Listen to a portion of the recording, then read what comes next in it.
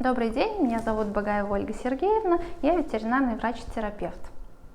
Кашель – это достаточно частая причина обращения в клинику владельцев как собак, так и владельцев кошек. Кашель – это не болезнь, это всего лишь симптом, который сопровождает многие патологии. Представляет собой физиологический кашель, форсированный выдох, перед которым происходит глубокий вдох.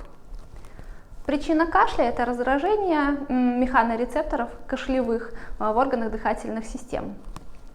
Наиболее частыми причинами кашля являются, в первую очередь, это инфекционные процессы, они могут быть вирусными и бактериальными. Кроме того, паразитарные заболевания тоже могут сопровождаться кашлем.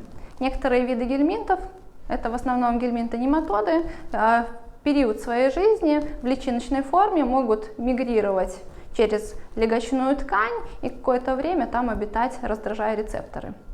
Кроме того, попадание инородных предметов в область дыхательных путей может сопровождаться кашлем, причем эта патология острая и требует немедленной помощи в ветеринарной клинике, потому что может вызвать гибель питомца.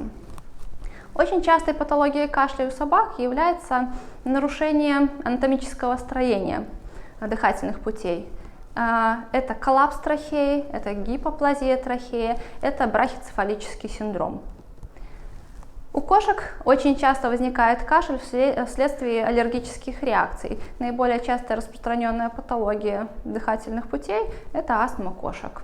У собак может быть аналогичная ситуация, аллергический бронхит или эозинофильный, он также достаточно часто встречается. А в связи с тем, что кашель является симптомом многих патологий, в том числе и особо опасных, заниматься самолечением не следует.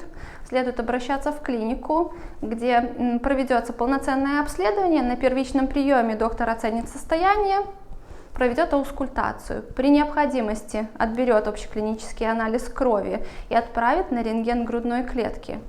В наиболее тяжелых ситуациях требуется дополнительная диагностика. Это проведение УЗИ сердца, КТ грудной клетки, бронхоальвеолярного лаважа и эндоскопии бронхов и трахеи.